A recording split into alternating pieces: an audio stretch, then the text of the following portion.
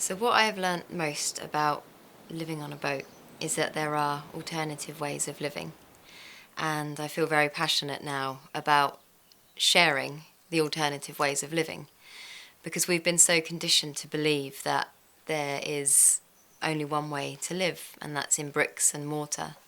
I was fortunate enough to be in a position where I had built equity from buying and renovating a couple of houses with my ex-husband. When we separated, we split that equity, but I wasn't able to get a mortgage because I was self-employed. So I had to look at alternative ways of living. It was a necessity for me to do that so that there was somewhere for me and my children to live. And firstly, I was looking at mobile homes, or static caravans actually, on a mobile home site. So I'd got my head around downsizing from a house to a small space, and that was the direction I was going in. But then I went on a walk one day and saw a wide beam boat, and I was looking at it and I thought that looks very much like the same size as the static caravan, but this one I can move. And I've always loved travel and nature, so that felt more aligned to me than being stuck in one place. I started looking into boat life, mainly on YouTube, just learning through other people's videos what boat life is like. And as soon as I started researching it, I just knew that that's the path I wanted to go down next. Unfortunately, I had enough money from the equity of the houses that I had renovated to be able to buy a boat outright, so I didn't have to borrow any money to buy the boat. I couldn't quite afford to have it fitted out, so I ordered a boat that was called a Sail Away Lined Editions. So it was the hull, the engine, the electrics, the plumbing, and the insulation and the ply lining. So the boat was brought down from Liverpool, where it was built, on a lorry with the abnormal load vans front and back, so it was all very big and dramatic and exciting. And then it got craned into the canal, from the lorry into the canal, onto like a building mooring site. So it's where everyone was renovating their boats. So we were there for 7 weeks, and with a lot of help, I fit out the inside of the boat, put up the walls, fitted the bathroom and the kitchen and the flooring and some of the decorating. And then after 7 weeks, me and the children moved into the boat and became continuous cruisers, which meant that we had to do 32 kilometres north to south, or south to north, every year, as per the agreement of our licence. And another agreement of that licence is that we move every 2 weeks. So I hadn't ever driven a boat before. So I did what was meant to be a 3-day driving course, but after one day she said, "You don't need to do any more, you've got it." So I became a qualified helmsman, and I couldn't see. When I'm stood at the back of the boat, I can't see the front of the boat, so it is quite daunting, and I'm only 5 foot tall, so it was very daunting at first, but now I've got the hang of it. So yeah, we left the boatyard and started our life as continuous cruisers. My children are at local schools, so I had to stay to a local area. But yeah, we did move every 2 weeks, which was quite a complicated process because I had to, one, call in help every 2 weeks for somebody to open the locks for me. I can do that myself, but then every lock takes about 45 minutes, whereas if I've got help, it's 20, 30 minutes per lock. But yeah, I had to meet my helper at the end point, leave their car there, they'd get in my car, we'd drive to the boat, we'd move the boat to the end point, then they would give me a lift back to my car, and then I'd move that to the end point. So every move day took about 8 hours, even if we were only going, I don't know, 5 miles. And I'd have to stop to fill up the boat with water on every move as well, because our tank would only last 2 weeks. So yeah, we did that lifestyle, continuous cruises, for 3.5 years, and it was exhausting. It was fun, and I learnt a lot, but I needed time to just settle. So I looked for a mooring, and realised they're like gold dust, especially moorings with gardens. So the first mooring that I got was actually in a marina, so it's where all the boats are parked up next to each other and it's all concrete. It was nice to rest, but it wasn't my scene. I much prefer to be surrounded by natural sounds and colours. And then luckily I've got a friend on the moorings that I'm at now, and she got wind that someone was leaving. So I got in there quick and have bagged a gold mooring, and that's where we are now. So I did have a limited DIY skill set when I bought the boat. I say limited because it's from renovating 2 houses, but to be honest, we didn't really do that much to the houses in terms of like wiring and plumbing and putting new bathrooms in. So when the boat came, I had to learn a whole new set of skills.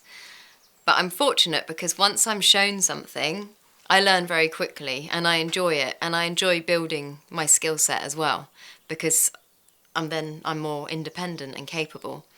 So yeah, I learned a lot in the process of building the boat. I had a lot of help, but I couldn't afford to pay for professionals to come in and do the work for me. So I would have someone who had the skill set come and show me what to do, and then I took it from there. So my dad taught me the first line of tiling in the shower, and that was it. I think it took 3 days to tile the shower, but they're all still on the wall now.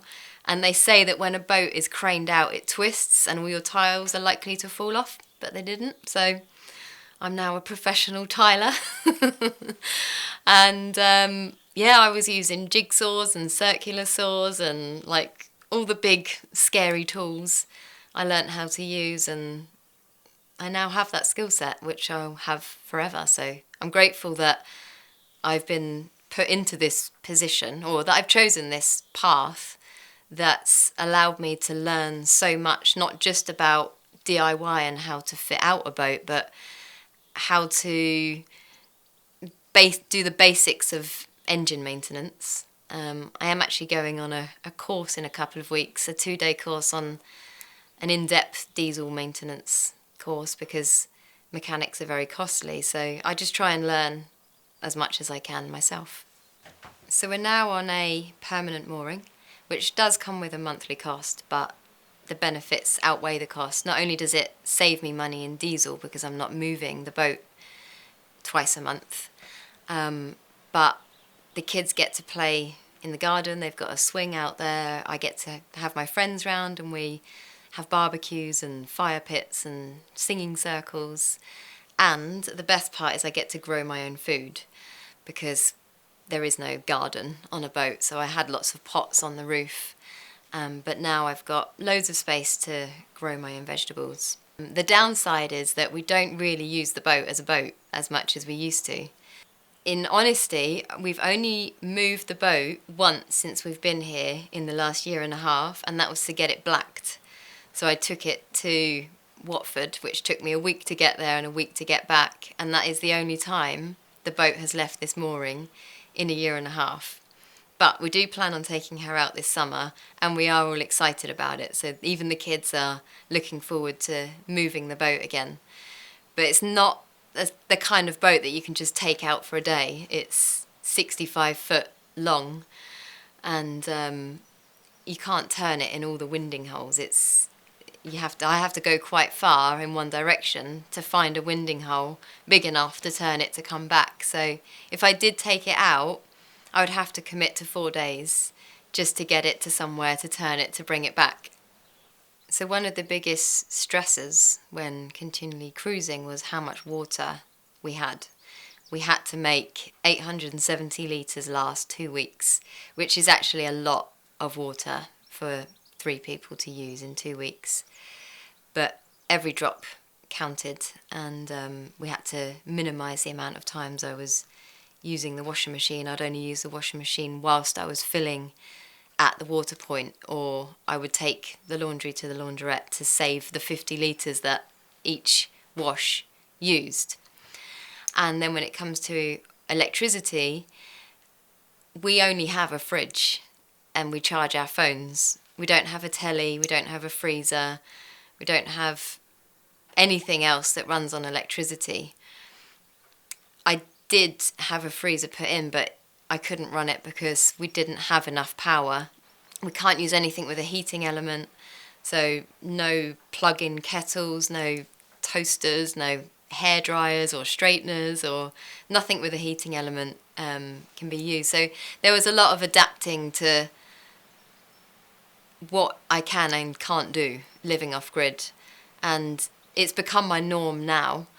But at first it did take a lot of adjusting to check the voltage before I did anything, just to make sure that I have the power to do it, because as soon as you drop into the reserves on your batteries, they don't recover, and they're very expensive. So it's an expensive mistake to make. And I have looked after my batteries really well. They're 5 years old, which they shouldn't last this long, but I've been very anal with checking the voltage on the batteries.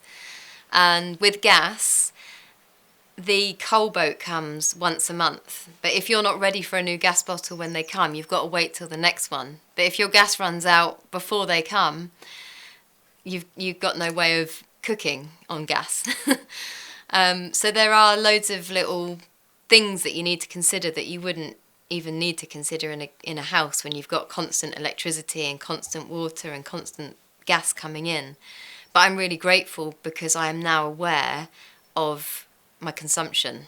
People often ask me how we generate electricity. So from April to October, our electricity is free because it's generated by the solar panels on the roof. But between October and April, I have to run the engine about twice a day, about an hour each time, and then that regenerates the power in the battery bank, which powers our fridge and plug sockets inside.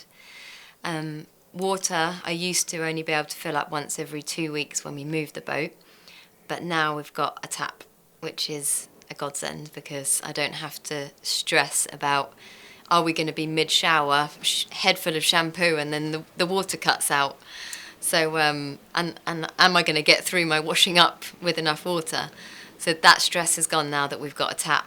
And gas, the coal boat comes, and I've got 2 bottles now, so I've got one on the go and one ready. So I'm going to talk money.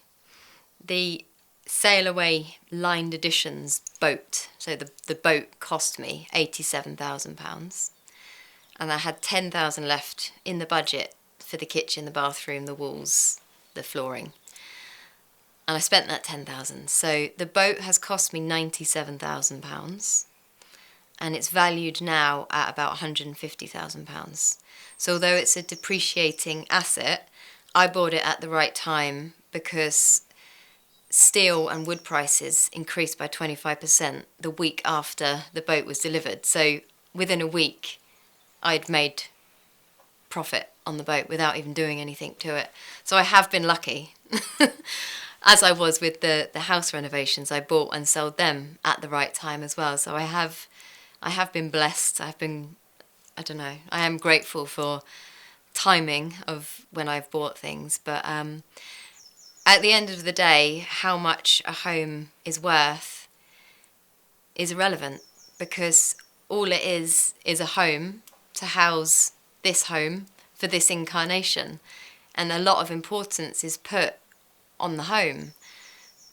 And if when you're in the housing market, it's just a ladder. You just increase your mortgage. You just keep getting bigger and bigger. People don't ever seem to be satisfied with what they have because we've been conditioned to want more and do better.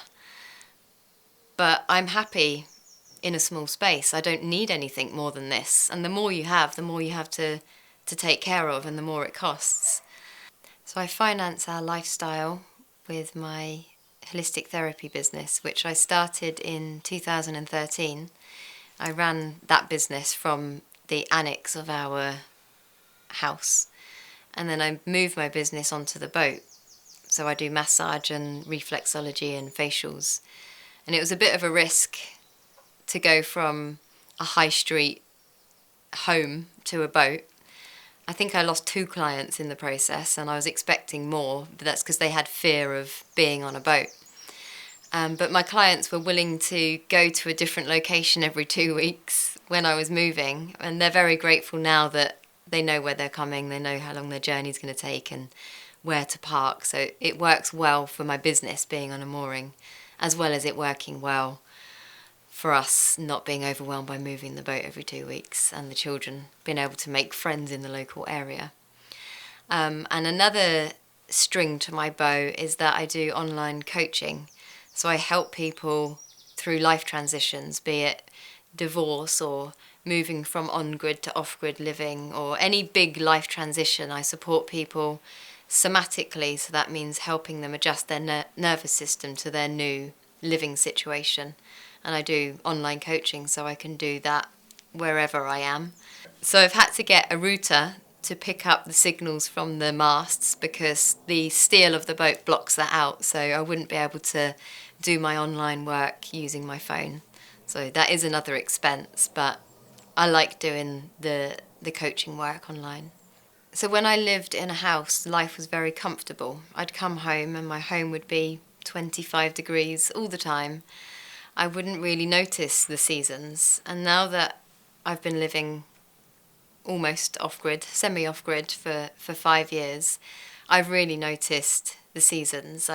My lifestyle changes dramatically from summer to winter, and the amount that's needed of me increases 100% in winter. Summer's easy, like we don't pay for electricity, we don't need to buy firewood or logs or cut kindling. We live mainly outdoors. But come winter, we're bringing in logs every other day and filling up the coal every other day and keeping the fire going. And I don't cut kindling, I buy kindling. I was cutting it, but it took so much time.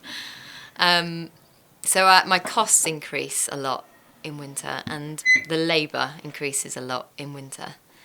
So I would say the biggest challenge for me is winter. Not only do we have less sunlight, so we're getting less vitamin D to help us feel better, but it's non-stop. You can't have a day off because you'll be very cold. And heating this space, because it's made of steel and surrounded by water, and when the canal's frozen, it's like battling against the elements. We do have central heating, but they're not adequate enough to keep us toasty warm. So yeah, biggest challenge for me is winter and the constant slog of keeping the fire going. But at the same time, I really do enjoy tending to the fire as well. It feels like something I've done before. Cut!